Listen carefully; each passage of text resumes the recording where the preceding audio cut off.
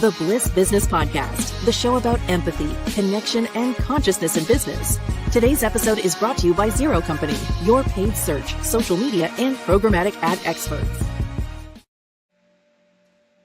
Welcome back to Marketing with Purpose, a segment of the Bliss Business Podcast, where we explore what it really takes for marketing leaders to create impact that goes beyond the numbers. I'm Tulio, and in each episode, we sit down with marketing experts to explore their leadership approach to and strategies that drive performance and resonate with their audience.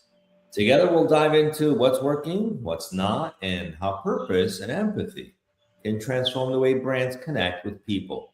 So let's get started. Today, I'm joined by Mike Martin, who's the co-founder of Replay Sports Cards, and a former ESPN SportsCenter graphics segment producer who helped launch the company's first store in Charlotte in 2021, before expanding across the Southeast and leading the brand's franchise launch.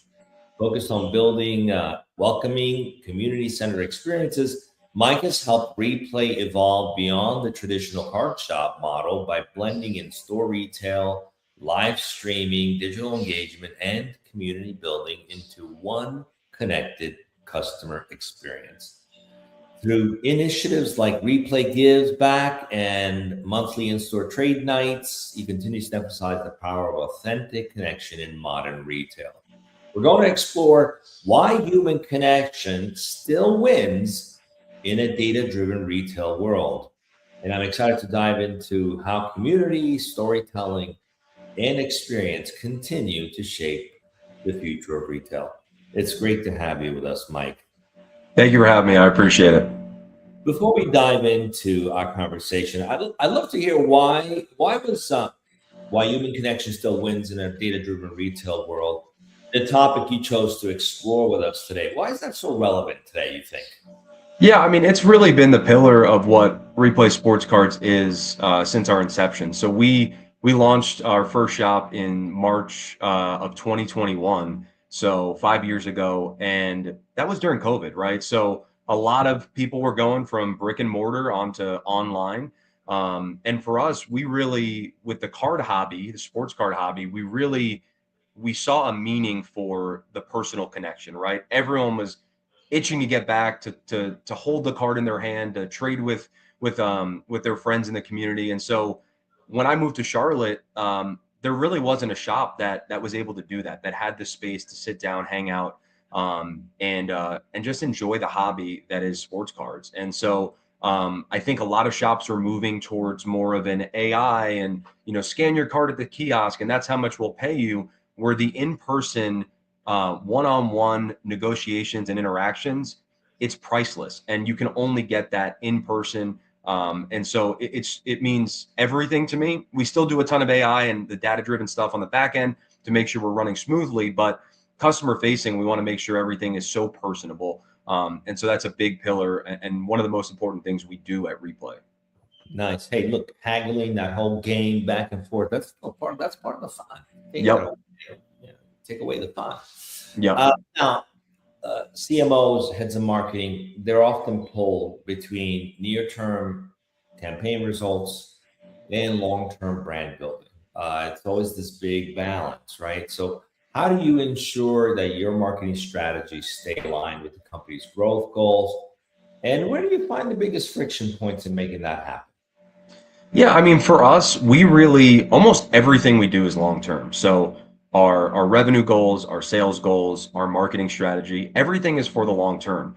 For me, I see, again, we're not in it for the pump and dump, the flipping aspect of it. A lot of the pillars we have at Replay are, community through cards. That's our mission statement. It's what we live, sleep, eat, and breathe. And so the only way we can do that is by doing it long term, getting an extra dollar here and there on a card, or creating like a marketing campaign around, you've got to have this product, it's the product of the year. That doesn't resonate with your collectors. And that's who we're focused on connecting with. We definitely serve the people that are investing in the space and wanting to buy cards to flip them. That is definitely a part of the hobby and it's really healthy. And we love seeing that. But we really connect most with the collectors. So whether it be, our sale prices or, what we'll buy a card for if we're giving, a deal, because, for me, it's not the one-time transaction with that customer. It's having them see Replay as their local card shop forever. And no matter what community you're in, no matter if you're in our Charlotte shop, Boca, Indiana, if you're in Denver, Colorado, it doesn't matter. You're going to get the same experience, and that experience is long-term, and you feel it. That's what we preach to our guys in shop, and they showcase it on our streams. We're not trying to, like we do live streams, we're not trying to, get $5 or $10 extra per spot so that our margins are thick. We're trying to give value to the customers so that they're with us on the long term. So it's generating revenue long term, and it's also creating community and great marketing strategies and campaigns around long term who Replay is and what we do. Nice. Now, sometimes the brand goes under pressure, right? There's high stake situation, there's a crisis, a market downturn, all kinds of things that we don't always control. How do you go about maintaining a sense of purpose and empathy while making quick strategic decisions? You guys are very focused on the experience, the people, and you still have to run a business and keep the lights on. How do you deal with balancing when things get difficult and still maintaining that purpose of creating a wonderful experience? No doubt. So I think the way we train both our guys in shop and our franchisees and upcoming franchisees that interact with Replay is buying the right stuff and buying the right stuff at the right time, so that, look, sports cards, they end up being compared to stock markets a lot. And so we know the stock market ebbs and flows, it goes up, it goes down. Like you said, we got to keep the lights on. We got to still be able to run a business. So that comes with buying the right stuff at the right time, not loading our shop up with $2 million worth of inventory, having a more strategic approach to the product selection, having it more a la carte and not, overwhelmed with product, where if there is a downturn, we're not going to get crushed on $2 million worth of product. It'll be a fraction of that. And then we just rebuy and recycle as we normally do. And what makes us different to be able to combat those types of things is the experience. It is the fact that you're not just going to Replay to buy a box or buy a card. You're going to Replay to sit at the table, sift through the cards, talk to the guys, learn more about the hobby. And for me, that extra pillar of having not just the revenue aspect and, quick flipping and making your margin, making thicker margin. Obviously, you need some of that to run your business, but the most important thing is the experience. So if the bubble does burst, we still have the collectors, right? We still have the people. If the bubble bursts, I'm still going to buy my terrible Mets, Jets, Rangers, and Knicks cards. I'm still going to do it. The collectors are still going to buy their cards. And so making sure that we're appeasing to the collectors and the people that do it for the love of the hobby is so much more important than those that might be having all the hottest products on the shelves and raising the prices, having thick margins. So I think that's their way of protecting the burst, is like, let's make our money now. For us, everything is long-term. It always goes back to that. And so for me, that experience and what Replay offers from much more than, buying transactional, buying a product. It's buying product over time. It's experiencing the shops. It's the Replay Gives Back initiative you mentioned at the top. It is our trade nights. It's the experience. It's the community that will help protect us over the ebbs and flows of the business. I love that so much, because when you really think about it, most brands who struggle through those downturns, it's because they were trying to take advantage of a movement. Yep. Double down and try to extract maximum margin or maximum revenue out of a situation without thinking about the long term sometimes. And for sure, comes back and bites you. The tax always comes due. So I love the idea of maintaining the long term focus. Now, you guys are launching in new markets all the time. Once you become a franchise, you're expanding pretty rapidly. What's been your most effective way to align sales, product, customer success teams, all the various components that make up the business, so that there's consistency across location, across markets? And where does that sometimes break down? Sure. I think it starts and it ends. So it connects and also breaks down with communication. We set up Replay really as like a marketing company or a more kind of like, like we have Microsoft Teams and Outlook, and our guys that are team members in our shop, they're on there, right? So we're actively communicating with them. Same thing with our franchisees. We're getting daily reports. We're hearing customer feedback. And so it starts and ends with communication. If we're lacking communication, we might have Boca, who's got an overstock of football, and Charlotte, who's sold out of football. And if they're not communicating, we're sitting on product in one location, and one customer base is dying for that product, and we could have solved that with easy communication. And so we preach to our guys every day on every call we do with them, and we have daily calls. Again, going back to more of the actual business structure of what Replay is. We're not just a card shop. We really are. We're a bigger, well-oiled machine with systems and processes. And so with a lot of that communication and, intercommunication with the shops, listening is another big thing. Listening to our customer base, actually acting upon what we're listening on, super, super, super important. So it really stops and it crumbles with communication just as much as it helps the business. We tell our guys, over communicate, please over communicate, so we can be successful among every shop. Even if one's really successful, we can't all be successful if we're not communicating, listening to our customers. And again, the unique part about Replay is not every single Replay location is going to have the same product. It's not Dunkin' Donuts where you've got your same SKUs of donuts, you've got your same, caramel swirl and vanilla swirl and all that stuff. Every Replay shop is going to have different cards and different boxes on their shelves, because just like, Dunkin', you might have very similar customer bases. Our customers are very different in the different locations. You might have more Pokemon in one location, more football in another location. So listening and adapting and evolving is the way to be successful. But that starts and ends with communication. Nice. Can you share a time when maybe a customer feedback didn't necessarily align with behavior data, or maybe it did, but the feedback actually shifted your approach, your campaign direction, your market entry?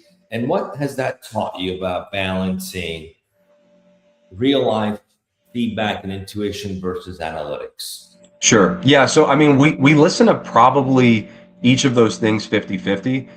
We want to listen to our customers regardless of what our data says, but we also have to listen to our data, right? And so we run our numbers. We've got a great Thrive shop inventory management is incredible, and it gives us all the data we need on, stale products that have been on the shelves for too long in each of the individual locations. And then we also have our daily reports that every single day at close of business, our managers and our franchisees are sending us a daily report. And that stuff includes what customers are requesting. So a lot of times we'll order the products that customers are requesting, especially as we see, 2 guys in 1 week in a single location asking for more Disney product. We'll go get that Disney product. But then we'll also take the data and measure it and say, well, did we sell through that in a couple weeks, or is it still sitting on the shelves? So it's listening to your customers, but also going back to your data to be able to solidify that. And more times than not, that product does sell, whether it be that customer or someone else. A lot of times there's very similar customer profiles in the different locations. And so these customers are actually, helping us curate certain products that we normally wouldn't have on our shelves. So it goes back to listening to our customers, but also listening to the people that are in the shop, talking to the customers, our GMs and our franchisees, and saying, okay, well, let's take that approach. Let's add more of those SKUs, but then go back to the data and actually analyze it and see if that was a good move we did, or, maybe we jumped the gun and maybe we should be a little more patient and wait for more requests of that product. But a lot of times in a quick moving hobby, if you don't accommodate those requests in a decent amount of time, people move on to the next thing. So we try to be very, very active and proactive. So we'll see that. It might be the first time we see it and we'll act on it, because it might be too late if we wait a couple minutes or a couple months or a couple weeks to wait for more feedback from the customers. So we usually act on it and then go back to the analytics and measure that on the back end. Nice. Sounds like you guys have invested heavily in understanding the business and all the inventory, the flow of product, and the demand for the product, the sell-through of the product, and the balance of the various market requirements. often that's a challenge for a lot of companies, right? They're trying to turn marketing into a revenue engine, and there's challenges around gaps with the CRM, gaps with the data, gaps with the analytics, gaps in even sales alignment or messaging alignment. What's worked for you guys, in terms of aligning your marketing with the execution or with the well-oiled machine, as you mentioned, and what has made it more difficult to measure in the past? Sure. Yeah, no, it's a great question. It's actually really timely for us too. So we launched a replay rewards program. It was really solid loyalty program, pretty simple, dollar spend, get you a point. But there wasn't much past that. It was just those were your points, and you could turn them in for store credit. So I actually had a buddy reach out and say, "Hey, look, I got this collector focused loyalty program that I think you'd really enjoy." So for me, the biggest thing was being able to evolve and not stay stagnant. We had invested money into this loyalty program, but it was pretty flat, and we hadn't heard much feedback, good or bad, from customers, which is never a good sign. So we had switched over to a loyalty program called Gobsmacked, which, I mean, it is so collector focused. I'll give you an example. We're launching today an auction. And so you can actually use your reward points to auction on a card rather than just use your points to get in-store credit.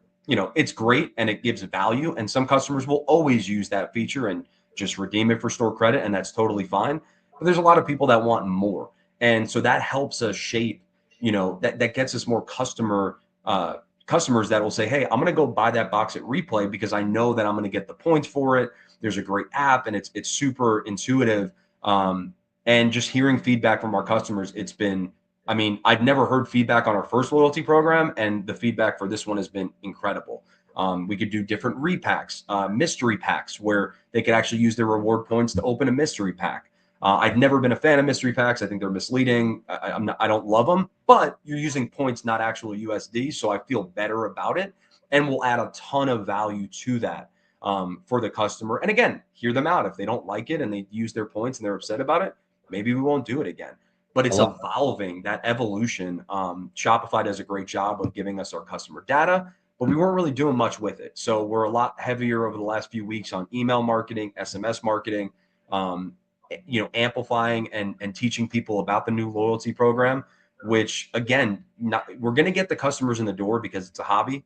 How do we keep them from going somewhere else the next time and actually have them come back to Replay and come back to Replay? And I also think we're also very fortunate where we stream 20 hours a day, 7 days a week. And so it's so content rich, right? So we can repurpose that content. That's like our true marketing angle. And it helps. When I worked at Forbes, I worked very closely with the CMO part of the business. And coincidentally, that's the part of the business that I work on now at my company. And everything there was customer journey, right? What is the customer journey? So our customer journey is you step into Replay, you shop with Replay, you're going to receive different, again, promotional items throughout the loyalty. Then you can go home, you're sitting on your couch and you're opening your phone, either watching our content or joining our live breaks. So that customer journey is so thick and such a big part of what we do that it really discourages people from going elsewhere, right? And really keeps them within the Replay brand. Those trade nights help, treating people right when they come in the door. It's that customer journey piece for me was probably the biggest thing I learned while working at Forbes. And for me, it's how we envision our entire customer experience at Replay. Very nice. You said something very interesting that I think a lot of business owners should take notice of. And it's a lot of pressure sometimes for a CMO because you might have invested in something that you thought was going to work well. And then you realize this isn't cutting it, right? And so you require a pivot and a change. And it's hard to go back to ownership and say, I didn't choose the right thing, right? So often it gets punished, and it's not a good thing because then it creates an environment where you're trying to make something that's not the right fit work. Yep. So, if anybody's watching this, if you're a business owner and you've got a CMO, please give them grace when they choose a platform that's not serving you. Let them change it without penalizing them, because that's just the name of the game sometimes. And this is a perfect example of where you guys went down a path and then you chose something else and it's paid off big time. It's not For sure. pointing the finger at the guy saying, or the gal saying, oh, you messed up. It doesn't work. It's just not how it works. No, and a lot of times in life, it's never the first thing that works, right? A lot of times it's trying different things out, evolving. You know, we've done so many different things over the last 5 years, different now than we did back then, and that's the only way you can continue to be successful is evolving. Things change, and with that, you know, products and things you're using have to change. Absolutely, absolutely. All right, let's talk about a little bit the team, you know, building up your team and retaining good talent. What's your approach for developing your marketing talent so that not only they hit performance goals, but they stay engaged and inspired and stick around? And where do you see historically, where have you seen it, maybe in other leaders or even in yourself, in your own evolution, where leaders struggle sometimes in retaining top talent? Sure. Yeah. I mean, we're fortunate. I keep going back to fortunate, but it's such a fun and exciting industry that people get in and they're like, what am I going to go do, a 9 to 5? Like, I'm working in sports. I'm working in sports cards. It's a fun experience. Our streamers love it. You know, the guys behind the counter, you know, our marketing folks, Gavin and Scotty, they're obsessed with it because it's fun. And so, yes, it's a fun industry, but we also create a very fun atmosphere. And vibe and culture. Everything is culture. People want to work where it's enjoyable. People don't want to work if, you know, you're getting, you know, blown up about, you know, again, like we mentioned with the loyalty program, like, why would we pick that? You know, it's like, well, that was the best product for us at the moment. Now there's a new opportunity. When Scotty, who's our franchise marketing director, when he came on board, he's like, I don't like OmniSend. I like this company. I don't like, and we just flipped, you know, the head on our SMS, our email, how Metricool is a fantastic platform that allows us to, across platforms, see our data and then be able to improve. And there's scheduling tools and there's, you know, it kind of takes Asana and puts that project management all into one place. And so he had brought a bunch of different products that, again, I had to go and cancel subscriptions and I had to go and move things around, but it made us better. And so I think listening, and Mike had preached this, my business partner on the last one, listening, like shutting up and just listening to your people, that will keep your talent around way longer than if you just talk and want them to listen. And then I would say allowing your really good employees to move on to better things and being proud and excited for them and taking appreciation of what you did to shape their next step. I'll take it back to when I was at ESPN. Scott Van Pelt, he was like, that sucks you're leaving. I don't want you to leave. You know, I sat in the room for 8 hours a day, 7 days a week, or 5 to 7 days a week with him. And, you know, we became very close and he didn't want me to leave, but he was proud and excited for me to take the next step. We had someone that was at Replay since 2021, left this past year, but now he's going and helping an NBA player with his collection. That's amazing.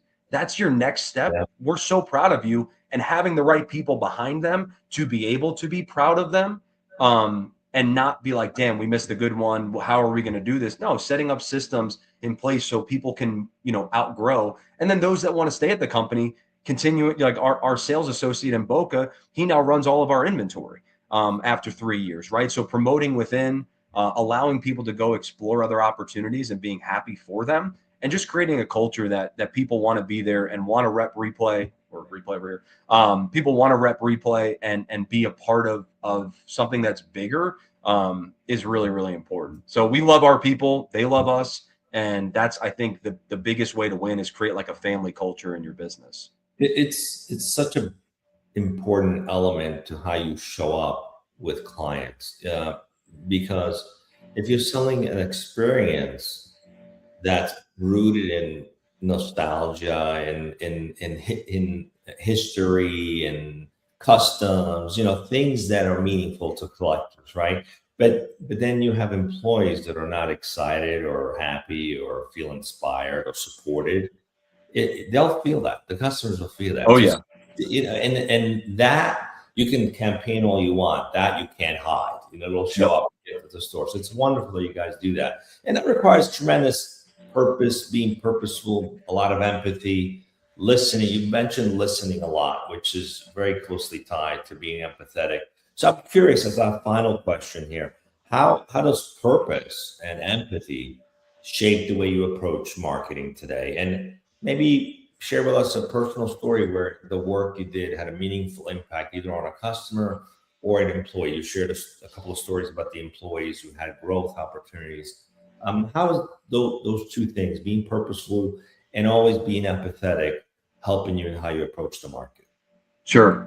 So Replay Gives Back is our bread and butter, best thing we do at the company. We've taken in over 3 million cards for kids that don't have access to cards, and we package them up into 25 card packs. So that starts with the customer. That's not 3 million of our cards. We definitely have donated cards of our own, but that's a lot of the customer. So we're taking the customer experience. The amount of times we've gone to a show and people are like, oh, your Replay, I got some cards for donation. We did a Denver show and people dropped off 600,000 cards over 3 days in a 250 table show in Denver, Colorado, right? Collected over 500,000 cards in Chicago at the National, and we'll be doing that again this year with some bins. I think we might even break 1 million there. So our goal, hopefully by the end of this year, is 5 million cards and continue to do that. The story that really sticks out to me, I took Alex V. We call him Chef Alex. He wears a chef hat on our stream, and he's one of our streamers. I took him with me. He was absolutely crushing it. I'm like, again, going back to the, treating your people right. I'm like, come out with me to Chicago. Let's go put some smiles on some kids' faces. So we went out to Chicago. We did a charity event for Boys and Girls Club, and it was a flag football tournament, and we brought 2,000 packs, and we brought a ton of other packs from our great, partners like Panini, Topps, Upper Deck. So we brought their packs, we brought our packs, and we started giving them out. Kids were obsessed with it. Actually, the coaches were not happy because they were more interested in that than the tournament. But we loved it, and it put smiles on their faces, and the parents were thrilled, and their mentors were very happy about it. And so they were just going through all the cards and trading with each other and just seeing smiles on their faces. Kids that they've never held a pack of cards, they've never opened a pack of cards, that means the world to us. And one instance in particular is we said, hey, who wants to open a pack? We're going to film it. And some kids like, no, I'm good. And another kid took the initiative and was like, I'll do it. Opens the pack, pulls $1,000 Connor McDavid auto. A kid that's never, like, how many 10-year-old kids have held $1,000 in their hands, right? And he's tearing up and he's so excited. And, we called his mom to make sure she understood what the card is and make sure you take care of it. If you want to grade it, don't throw it out. It's cardboard, but it's worth something. So that was really, really cool to put a smile on their face. And we do that all over the country. We don't have a shop in Detroit, and we probably donated more cards to the city of Detroit than any of our cities. We met really great people that do awesome initiatives in Detroit when we did a partnership with Big Brothers Big Sisters of Southeast Michigan at the NFL draft a few years back. Kept in touch with them. We send them probably 2,000 packs every few months, and they do great initiatives there. So for us, and it goes back to what you were saying about having a long-term goal, not worrying about the day-to-day revenue, getting an extra buck, but actually having parts of your business that mean something. Our customers see it. Our customers are the biggest part of the Replay Gives Back campaign because they're the ones donating the cards. So it's a really all-in, really, really cool thing that we do at Replay that I wish more people did.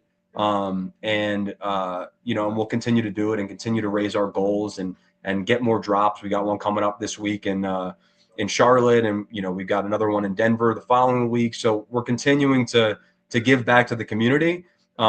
And again, staying true to building community through cards. It's not just people in the industry, but it's also people just in our community. That's beautiful. And that's really what it's about, building community. Mike, thank you for joining us today on the Thank you. Purpose series. I hope today's conversation sparked new ideas on how you can align strategy, execution, and purpose in your own work. If you found value in this discussion, please like it, subscribe, and share it to keep the conversation going. And remember, great marketing doesn't just sell, it serves. See you next time.